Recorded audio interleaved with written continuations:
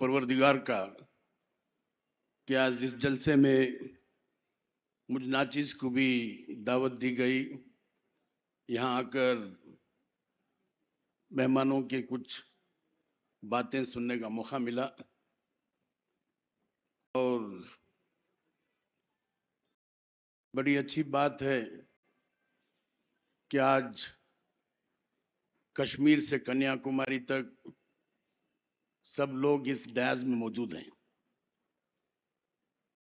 इसके साथ साथ हिंदुस्तान के अंदर जो माइनॉरिटीज कहा जाते हैं, जिसमें मुसलमान भी हैं, क्रिश्चियन भी हैं, सिख्स भी हैं और हमारे जैन धर्म के लोग भी हैं, ये सारे लोग यहाँ पर मौजूद हैं। हर माइनॉरिटीज के जितने भी, चाहे वो क्रिश्चियन कम्युनिटी हो, चाहे वो सिख कम्युनिटी हो, चाहे वो जैन कम्युनिटी हो, हर आदमी का एक एक एरिया में बड़ा अच्छा इन्फ्लुएंस है। अगर आप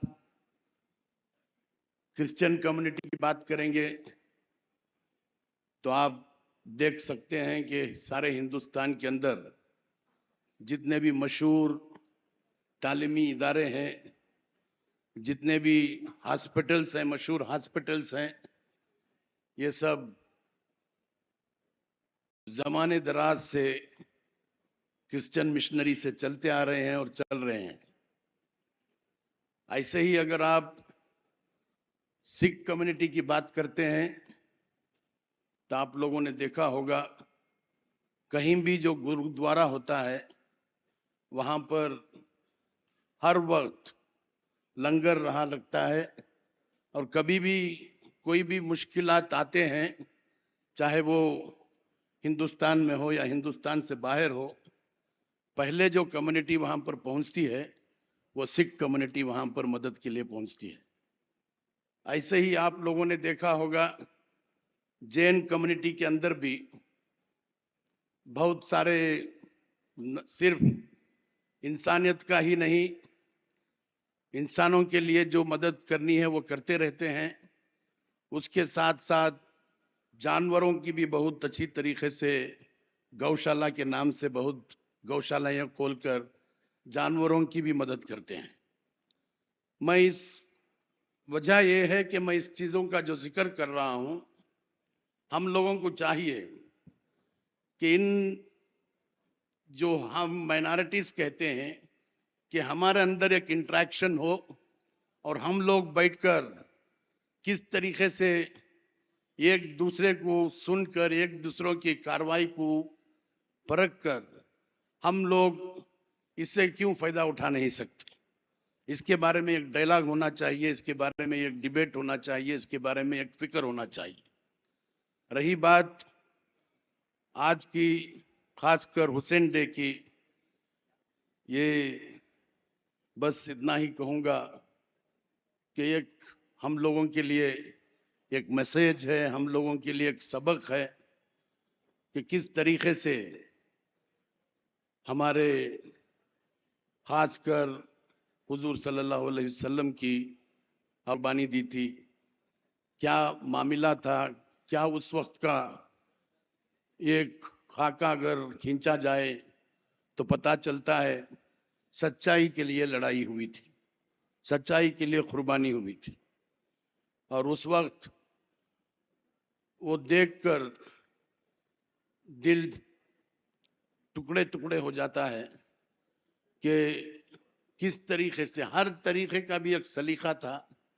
जब कभी भी सुनते हैं कि हर बड़ी तदबीर के साथ, बड़ी फिक्र के साथ, और मामला इतना मतलब पानी का खतरे खतरे के लिए तरस रहे थे, फिर भी वक्त पर नमाज पढ़ाया गया, वक्त के ऊपर नमाज पढ़ना पहले तरजीह दिया गया।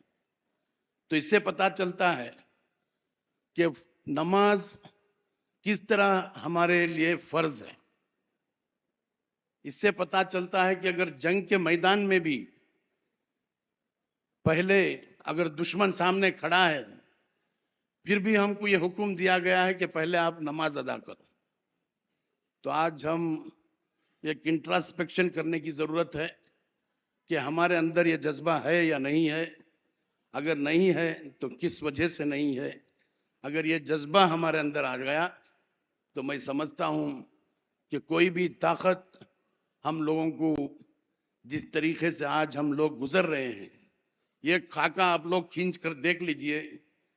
5 मिनट के अंदर आप ये सोचें, जिस तरीके से हम लोग जुमा की नमाज में हर मोहल्ले में रहने वाले सब जमते हैं, जुमा की नमाज के लिए बड़ी तादाद में जमते हैं।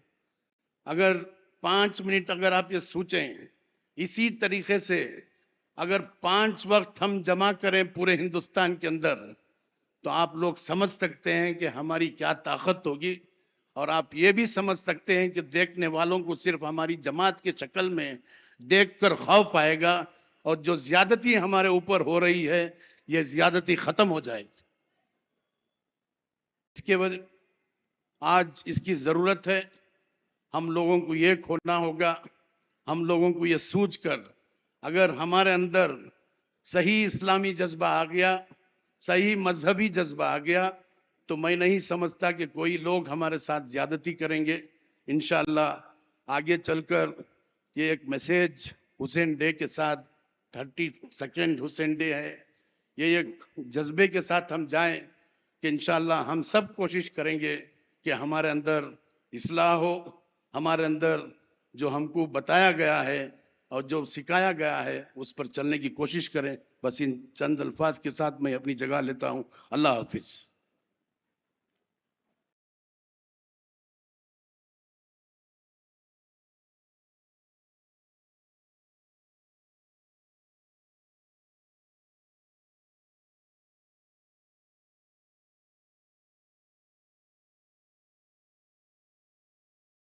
क़याम में हम